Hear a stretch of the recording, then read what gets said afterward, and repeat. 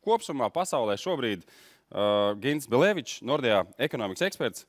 Lūdzu. Aplausi.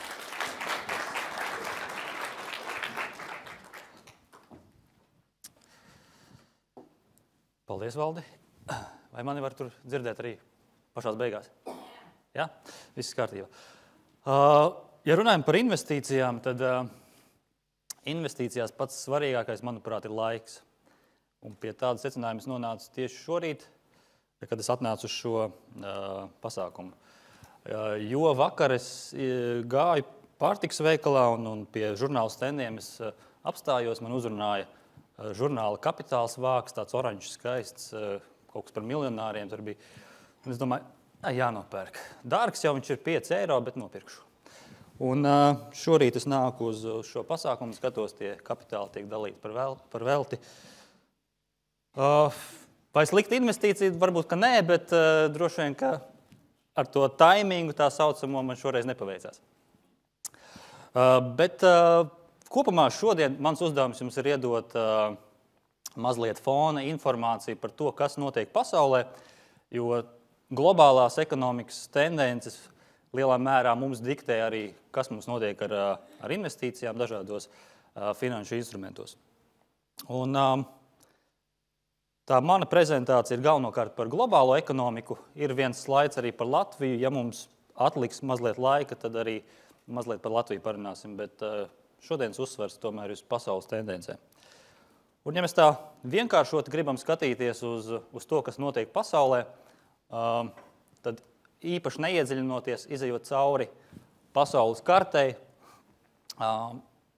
kas tad ir tās aktuālās tendences, kas notiek pasaulē. Tad Eiropā mums šobrīd ir trausla izaugsme. Eiropa pamazām atkopjās pēc finanšu krīzes, pēc parādu krīzes. Izaugsme gan Eiropā nav vienmērīga, ir valstis, kurām iet ļoti labi, piemēram, Lielbritānija, šobrīd arī Spānija ļoti labi iet, Zviedrija, Polija, bet ir arī valstis, kurām sokās diezgan bēdīgi. Protams, prātā nāk Grieķija, tāpat Somija, kas šobrīd jau 4. gadu cīnās ar negatīviem izaugsmes tempiem. Tā kā Eiropā kopumā tā izaugsme ir mazliet virs 1%, tuvu 1,5%. Tā kā tā izaugsme ir, bet viņa ir ļoti lēna. Krievijā recesija, šogad beigsim ar negatīviem pieauguma tempiem. Tam iemesls droši vien man nav jāatkārto, un tuvākajā laikā nekas ļoti fundamentāli labāks tur nav gaidāms. Ja runājam par ASV, tad tur situācija jau ir krietni labāka. ASV ir jau tālāk cikliskās attīstības šajā ciklā, un tur izaugsme ir spēcīga, darba tirgus ir spēcīgs, tuvu pilnai nodarbinātībai. Tas ir viens no tiem tirgiem, kas šobrīd pasaulē uzrāda labus rezultātus. Ķīnu, protams, vasaras izskaņas satricinājumi, Ķīnas akciju tirgus, kas arī pārējo pasauli mazliet patricināja. Ķīnā, protams, šī attīstības tempu mazināšanās, kas satrauc visu pārējo pasauli, ņemot vērā, cik Ķīna ir nozīmīga ekonomika pasaulē. Par Latīņu Ameriku neko īpaši labu nevar teikt. Tur diezgan pelēki laiki balansē uz recesijas robežas. Ne tikai tāpēc, ka Latīņu Amerikas valstis lielākoties ir izejvielu eksportētāju valstis, un izejvielas, kā zināms, šobrīd ir ļoti lētas, bet arī politiskie dažādi momenti šajā reģionā mums diktē noteikumus. Dienvidāfrikā, kā faktiski viena no lielākajām Āfrikas ekonomikām, tur arī situācija balansē uz recesijas robežas, galvenokārt pateicoties tāpēc, ka minerālu un dažādu izejvielu ieguve ir mazinājusies, un šīs cenas ir ļoti zemas. Austrālija salīdzinoši stabila ekonomika, kuru mazāk skar varbūt visas pasaules notikumi, taču arī Austrālija diezgan atkarīga no izejvielu cenām.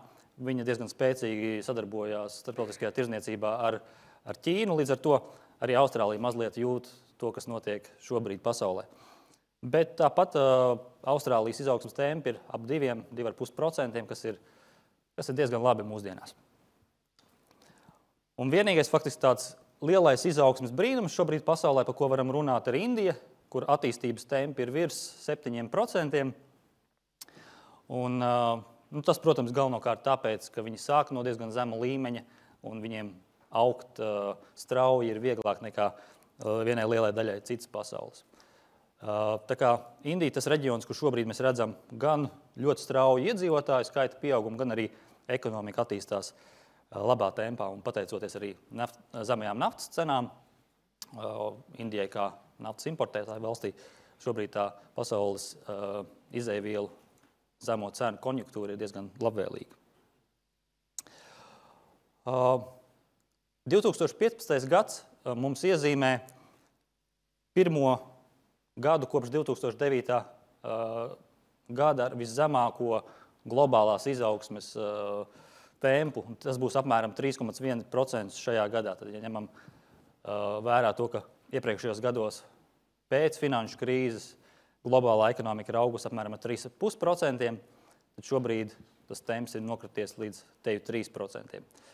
Bet ekonomisti uzskata, ka šis varētu būt faktiski tas gads, kad situācija sāk uzlaboties, un jau 2016. un 2017. gadā mēs atgriezīsimies pie 3,5% izaugsmes pasaulē. Tā vienalga nebūs tik liela izaugsme, kā tas bija pirms finanšu krīzes. Jautājums, vai šādu izaugsmi, kas bija 2006. un 2007. gadā, vai vispār to vēl kādreiz mēs ieraudzīsim. Iespējams, ka daudzām lietām fundamentāli pasaulē jāmainās, lai mēs tādas izaugsmes tempus redzētu.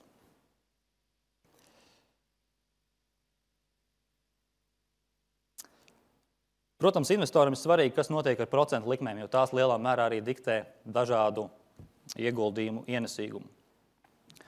Un, principā, pasaulē šobrīd turpina saglabāties ļoti labvēlīga monetārā politika, ko piekopja dažādu valstu centrālās bankas. Bet tā kā ASV un faktiski arī Lielbritānija, anglosakšu pasaule šobrīd ir mazliet tālāk ekonomiskās attīstības ciklā, tad tur sagaidāms, ka ASV, piemēram, jau nākamajā nedēļā paziņos par procentu likmju celšanu. Tas tirgus noskaņojums šobrīd ir tāds, ka diezgan neizbēgami tas notiks jau šogad.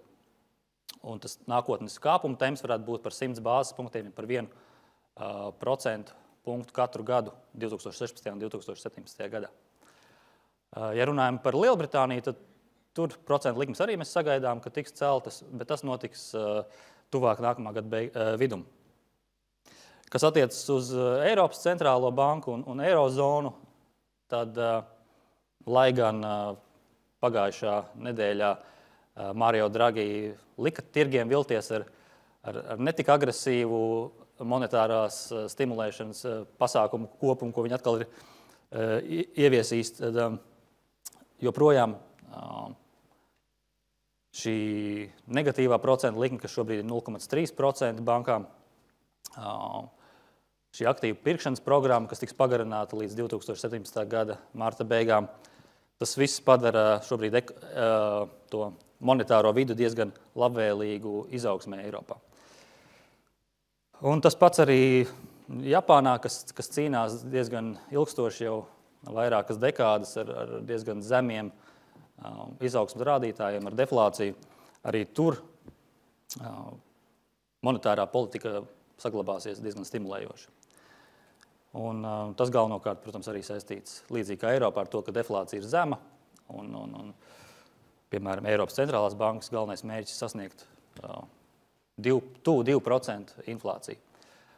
Tas jau varētu notikt jau iespējams, ka nākamgad, aiznākamgad, jo jau no nākamā gada sākuma, ja nenotiks strauji cenu kritums naftā vēlreiz, tad zemās naftas cenas bāzes efekts izies ārā no inflācijas vienādojuma, un mēs jau redzēsim, ka inflācija būs tuvāk kaut kur 1–1,5% jau nākamā gada sākumā. Tā kā tas jau būs tuvāk tam Eiropas centrālās bankas mērķim. Bet līdz ar to nenotiks kaut kādas krasas pārmaiņas Eiropas centrālās bankas politikā. Visticamāk, tuvākos 2–3 gadus, un tas tirgus uzskats ir, ka apmēram pēc 36 mēnešiem tikai sāksies pirmā likmju celšana Eiropā. Tā kā joprojām dzīvosim diezgan ilgi zemu likmju vidē. Ja konkrētāk jau mazliet parunājam par tām ekonomikām, kas varbūt arī Latvijai ir diezgan svarīgas, piemēram, Vācija, ar ko mums ir diezgan liela ārējā tirzniecība, faktiski lielākā aiz Lietuvas un Igaunijas, jo Krievija savu lomu mazliet ir zaudējusi. Tad Vācijā faktiski 3 lietas, kas šobrīd ir aktuālas. Tā ir bēgļu krīze, tas ir pieprasījuma kritums Ķīnā, jo Ķīna ir Vācijas 4. lielākais eksporta tirgus, šobrīd aizņem 7% no kopējā eksporta. Un, protams, arī šī dīzelgeita, tā saucamā Volkswagen krāpšanās ar emisiju, automašīnu emisiju mērījumiem. Un, ja runājam par bēgļu krīzi, tad ir tā, ka šobrīd Vācijā šī gada laikā ir reģistrējušies jau aptuveni 800,000, tas bija līdz oktobra beigām 800,000 bēgļu. Līdz gada beigām tiek lēsts, ka varētu būt jau 1 miljons. Un, lai ieliktu šo ciparu perspektīvā, tad līdz šim lielākais bēgļu skaits tika reģistrēts 1992. gadā, un tie bija 440,000 bēgļi. Tā kā vairāk kā 2 reizes vairāk mums šogad ir bēgļi Vācijā. No vienas puses tas ir ļoti labi Vācijas ekonomikai, jo tur ir gandrīz 600,000 neaizpildītas darba vietas. Potenciāli šie cilvēki varētu būt tie, kas ieņem šīs darba vietas. Protams, tas process būs diezgan grūts un ilgs, lai integrētu šos bēgļus darba tirgū. Bet, ja tas izdosies, tas būs labvēlīgi Vācijas ekonomikai. Un arī šie izdevumi, kas šobrīd radīsies Vācijai, lai radītu šiem bēgļiem uzturēšanās apstākļus, lai viņus atbalstītu, lai viņiem maksātu pabalstus, lai viņiem pasniegtu kaut vai vācu valodu. Tie būs miljardi eiro katru gadu, un tā kā tas ir papildus valdības tēriņi, tas nāks par labu Vācijas ekonomikas attīstībai. Un tie aprēķini ir aptuveni, ka nākamgad tie varētu būt 0,5% punkti, kas būs klāt pie Vācijas IKP, pateicoties bēgļu krīzē. Bet, protams, šis būs vairāk arī politisks moments un runāt par to, kādi ir riski šim milzīgajam imigrantu pieplūdumam, tad to noteikti nevar nodalīt no ekonomikas. Ja ekonomika varbūt iegūs no šīs bēgļu krīzes, tad papildus riski, protams, arī atsver tos iegūmus. Ja par Ķīnu runājam, tad tā situācija Vācijā nav tik dramatiska, lai gan eksports sāk kristies uz Ķīnu, pirmo reizi kopš 90. gadiem tas tā notiek.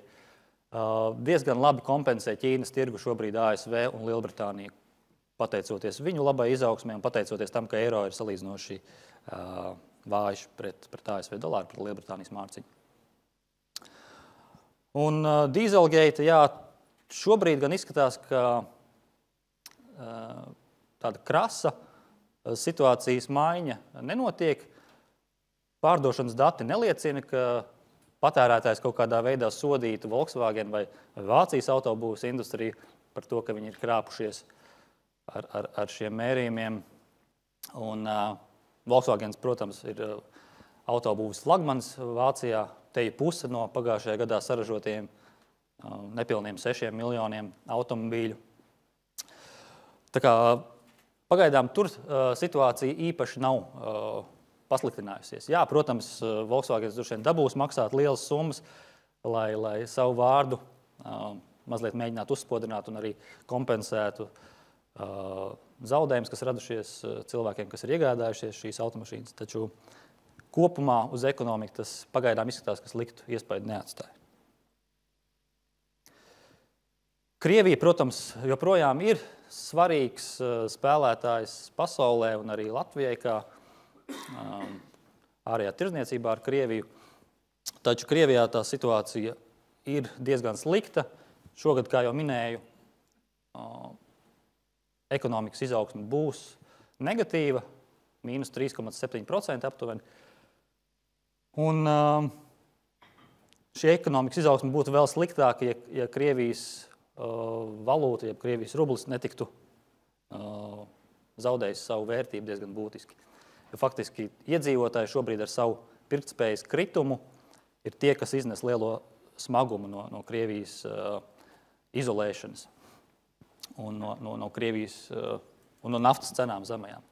Krievijas naftas ieguve šobrīd ir rekordlielā apjomā kopš Padomju Savienības sabrukuma. Un tas ir faktiski vienīgais veids viņiem, kā šobrīd kaut cik turēt to ekonomisko aktivitāti un saglabāt valsts ārējās rezerves, ārvalstu valūtu rezerves un zelta rezerves.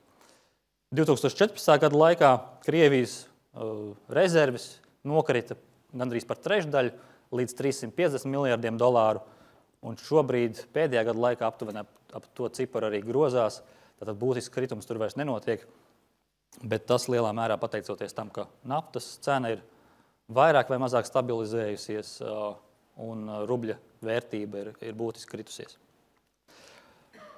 Tā pozitīvā ziņa varbūt ir tāda, ka jau 2016. gadā mēs paredzam mazliet, bet tomēr izaugsmi, jo šis gads būs vissmagākais Krievijai inflācija divciparu skaitlī. Bet joprojām tā situācija nav rožaina. Vājā iedzīvotāja pirktspēja, zemās naftas cenas, izolācija no starptautiskiem finanšu tirgiem un diezgan smagnēja kreditēšana Krievijā. Tie faktori, kas bremzēs Krievijas ekonomikas attīstību vismaz tuvākos dažus gadus. Ķīna.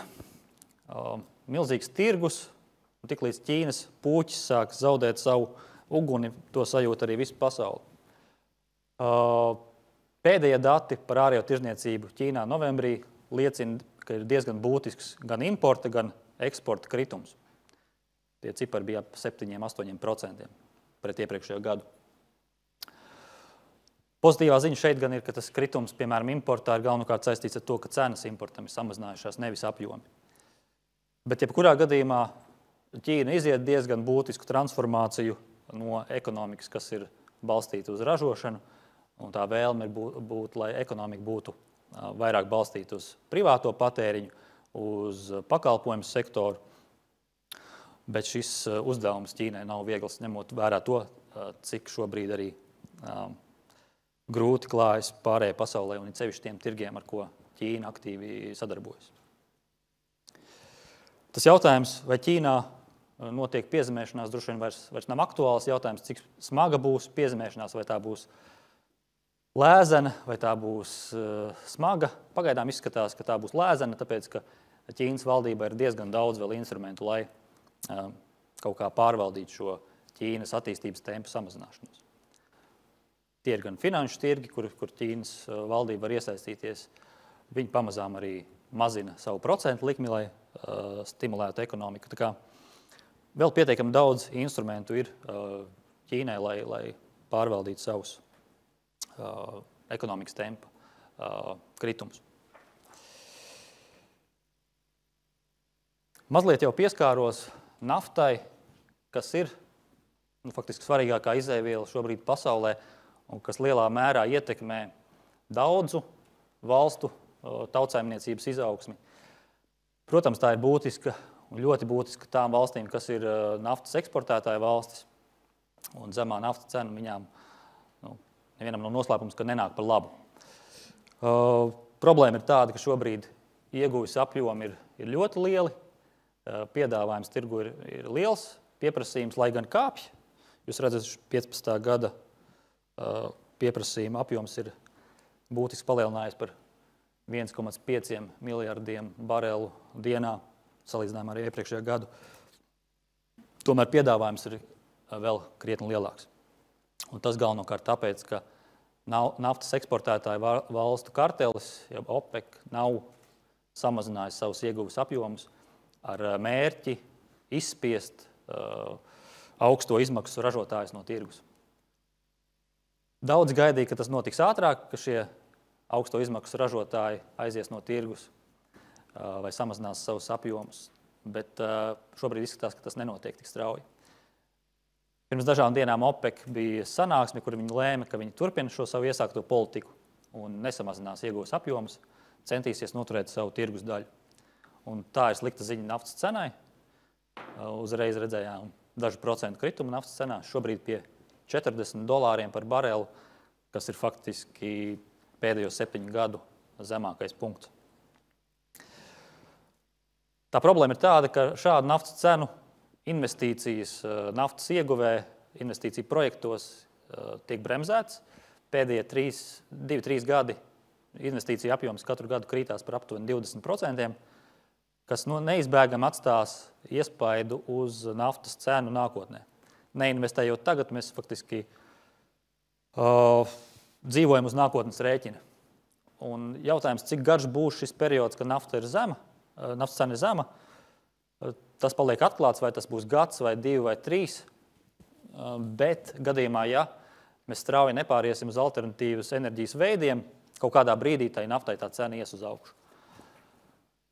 Nordea prognoze ir salīdzinoši piesardzīga. Nākamajam gadam vidējo cenu mēs paredzam $50–55 par barelu, un 17. gadā vēl mazliet augstāk, ap 60–65. Tā kā nafta, protams, šī zemā cena ir ļoti laba naftas importētāja ekonomikā, Eiropas Savienībai lielā mērā, varbūt atskaitot Norvēģiju. Arī ASV, lai gan viņi arī saražo diezgan lielu apjomu, it sevišķi slānekļa naftas. Bet kopumā tām jaunatīstības valstīm, kas lielā mērā ir atkarīgs arī no naftas eksporta, tā situācija ir diezgan smaga. Mums ir vēl mazliet laika, kādas 5 minūtes, un gribēju pieskarties tad arī, kas tad notiek Latvijā, jo investēt mēs varam ne tikai globālajos tirgos, bet, protams, arī Latvijas uzņēmumos, arī Latvijas investīciju objektos. Un tas jautājums ir par to, vai Latvijā izaugsme šobrīd bremzējas, vai atkal mēs ieraudzīsim jaunu izaugsmes kāpumu. Šis gads sākās diezgan smagnēji, ar izaugsmu pie aptuveni 2%, bet jau uz gada beigām, un it sevišķi pēdējie dati par 3. ceturksni, mūs lielā mērā ir pārsteiguši. Izaugsme bija 3,3% 3. ceturksnī, kas varētu liecināt, ka mēs šobrīd sākam tādu jaunu attīstības ciklu. Jautājums, vai šie dati nav mānīgi, jo mēs redzam tikai pēdējos pāris ceturkšņus, kad ir laba izaugsme bijusi. Un līdz šim galvenais Latvijas izaugsmes virzītājs spēks, kā jūs redzat, ir bijis iekšējais patēriņš. Un vai tas, kas šobrīd notiek, pēdējie 2 ceturkšņi, mēs redzam arī izaugsmi investīcijās, vai tas būs kaut kas paliekošs, vai tomēr īslaicīgs fenomens un pazudīs uz brīdi. Man gribētos cerēt, ka tas būs vismaz uz pāris gadiem paliekošs, un tam par labu varētu spēlēt tas, ka nākamgad un aiznākamgad vajadzētu stipri aktivizēties Eiropas fondu apguvēji, tātad investīcijas. Viņām vajadzētu pieaugt. Protams, lielas cerības arī uz Rail Baltica projektu, kur arī būs lielas investīcijas. Līdz ar to Nordea prognoze, kas patiesībā ir salīdzinoši piesardzīgi, pat ņemot vērā to, ka ir diezgan daudz labu faktoru, kas varētu nākamgad ļoti strauji pieaudzēt šo IKP kāpumu. Mūsu prognoze ir 3% kāpums Latvijas ekonomikā nākamgad. Tā kā tā situācija ir salīdzinoši laba Latvijā, un, ja ņemam to Latvijas situāciju salīdzinām uz pārējās Eiropas fona, tas salīdzinoši laba, bet, lai noķertu vidējo Eiropas rādītāju IKP, mums būtu jāaug aptuveni ar 4–5% katru gadu. Līdz tam vēl mums ir diezgan tāls ceļš ejams. Šeit es gribētu arī likt tādu komatu, un, ja jums ir kādi jautājumi par to, kas tika pateikts vai netika pateikts, es domāju, šis varētu būt īstais brīdis, pirms mēs ejam pie jau praktiskākām lietām. Droši jautājumi. Redz, kur ir mikrofons. Mēs varam pieiet klāt pajautāt par situāciju pasaulē. Ja tas viss jau bija zināms, ja, Ko nu tur daudz? Lūdzu.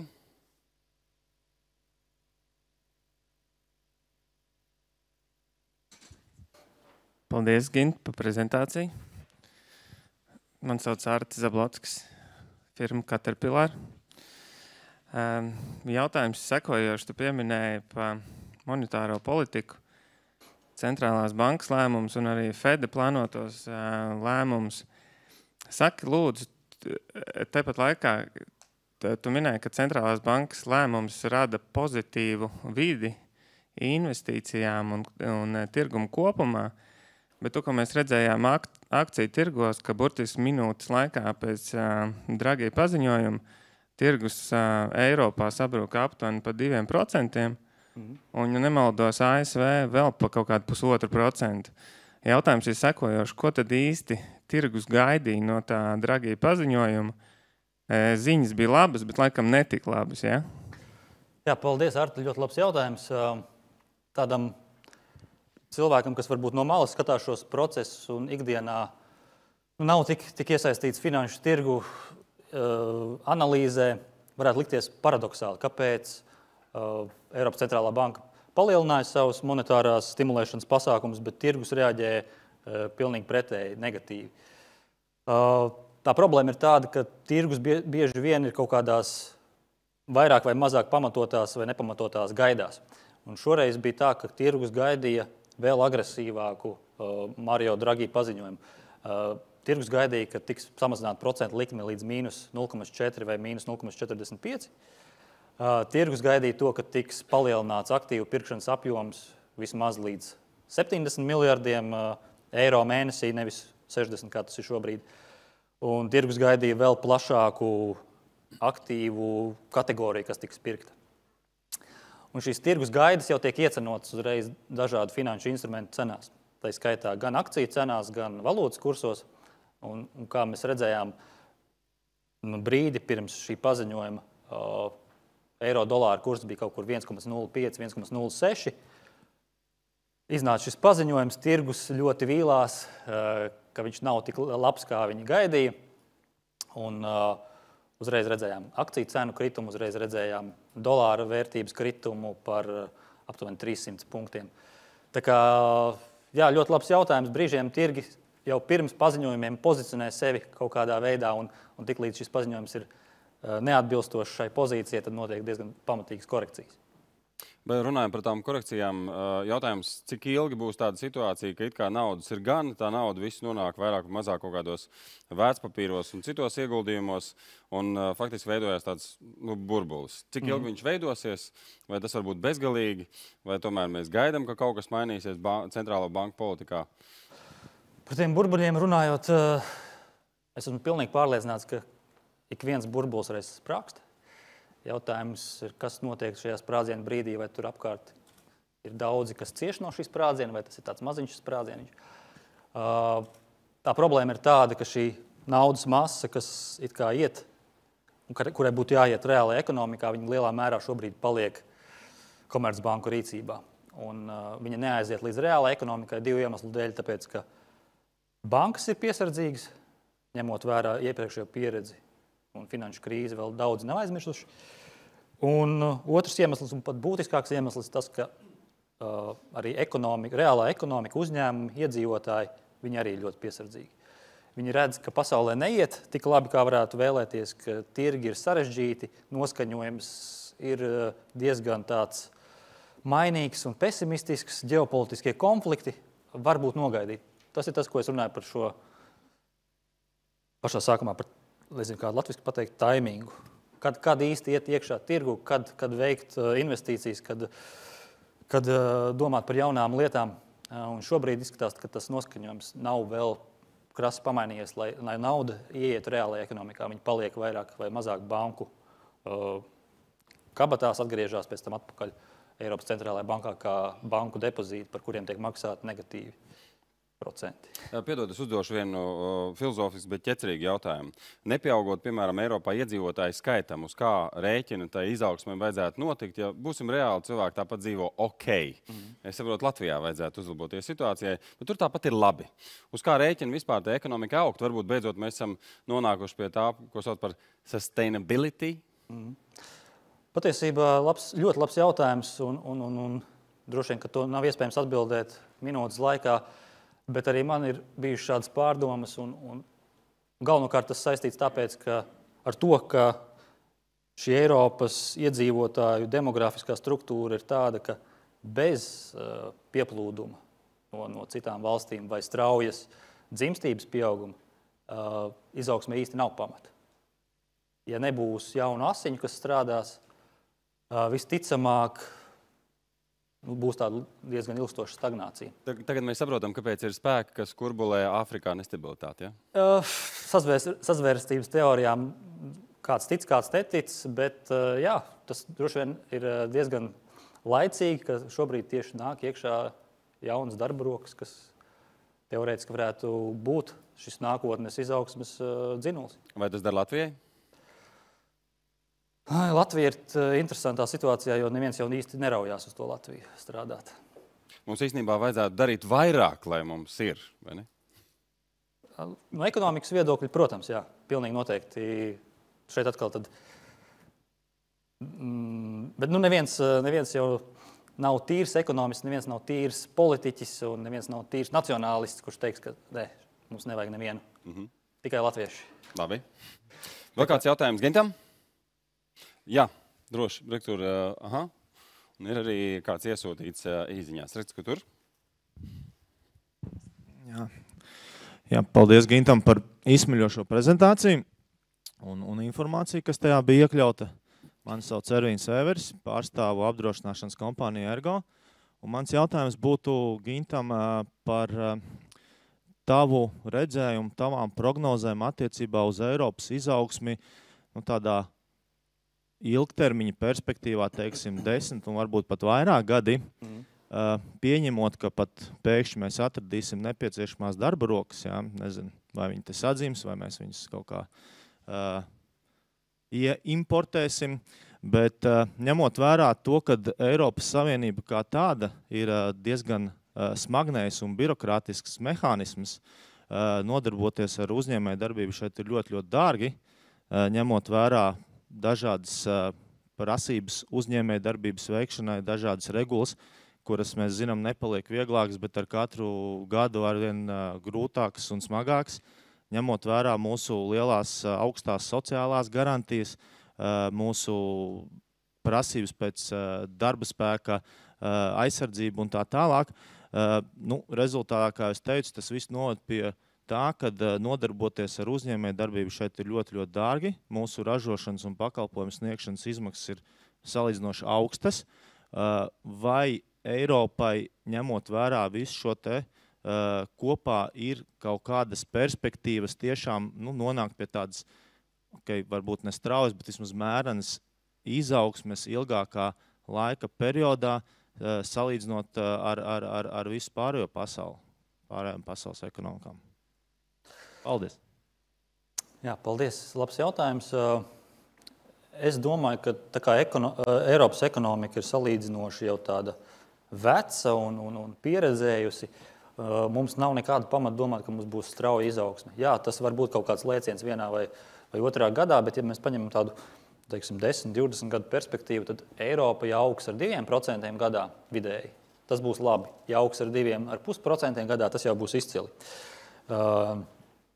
Ja runājam par to, cik viegli ir veidot biznesu Eiropā, tad, protams, Eiropa nav arī homogēna masa. Ļoti dažādas situācijas atkarībā no valsts, ir gan dažādas likuma prasības, gan normatīvi akti un tā tālāk. Līdz ar to tā izaugsme Eiropā, viņa nav, es viņu neparedzu, ka viņa būs, teiksim tā, konverģēsies uz kaut kādu līdzīgu ciparu visās Eiropas valstīs. Noteikti būs valstis, kas augs krietni straujāk par vidējo, noteikti būs valstis, kas augs krietni lēnāk par vidējo. Un piemēri droši vien kas varētu augt straujāk par vidēju, jo noteikti ir šīs valstis, kas ir salīdzinoši nesen iestājušās Eiropas Savienībā, kurām ir, protams, zemāka bāze, no kuras augt, attiecīgi viņām ir jāķer pārējās rokā. Savukārt tās ekonomikas, kas jau ir bijušas Eiropas Savienības kopumā jau ilgāku laiku, un kas ir jau diezgan augstā attīstības līmenī, viņām augt daudz grūtāk. Un līdz ar to tie tempi noteikti būs ļoti mēreni, bet kopumā es teiktu, ja mēs sasniegsim kaut kādu 2% izaugsmi tādā ilgākā gara laika posmā, bez straujiem kritumiem un straujiem kāpumiem, tad mēs varēsim uzskatīt, ka tas ir labi. Un pēdējais jautājums ienācis ir īziņas formā. Droši vien arī jautāsim mūsu nākamajai runātājai to pašu. Kur nozara Latvijā visstraujāk attīstās pēdējo 3 gadu laikā un iespējams saglabās tendenci? Tāds potenciālais investors, acīm redzot, jautā. Teiksim, no Latvijas nozarēm noteikti var izcelt jau ierastos līderus. Tā ir kokapstrāde, kas uzrāda, neskatoties to, ka jau salīdzinoši augstā līmenī viņi ir izcitušies, viņi joprojām uzrāda diezgan straujas attīstības tempus. Un tā ir pozitīva ziņa, jo mēs mazliet pārējām no šīs salīdzinoši zemās pievienotās vērtības uz augstāku. Un pozitīva, ko es vēl varētu izcelt, ir pozitīva nozare dažādu elektroierīču ražošana, kuru mēs noteikti varam arī darīt vairāk. Mums ir daži ļoti labi uzņēmumi, kur ir arī ļoti augsti atzīta starptautiskā tirgu, un šī nozara, kur tā pievienotā vērtība tiešām, kur ir iespējams viņu izveidot ļoti lielu, un līdz ar to arī tā produktivitāte šajās nozarēs ir augstāka. Tā kā es skatītos šo nozari kā varbūt tā diezgan perspektīvu, un sevišķi dažus mūsu vadošos uzņēmumus. Konkrēti? Neminēšu konkrēti varbūt, bet, protams, ja jūs paņemat dienas biznesa top 100, tas, kas uzreiz izlacā priekšā ir mikrotīkls, fantastisks uzņēmums, fantastisku rentabilitāti un Latvijas mērogiem milzīgi apgrozījumi ārvalstu tirgos. Paldies tev. Gins Belevičs.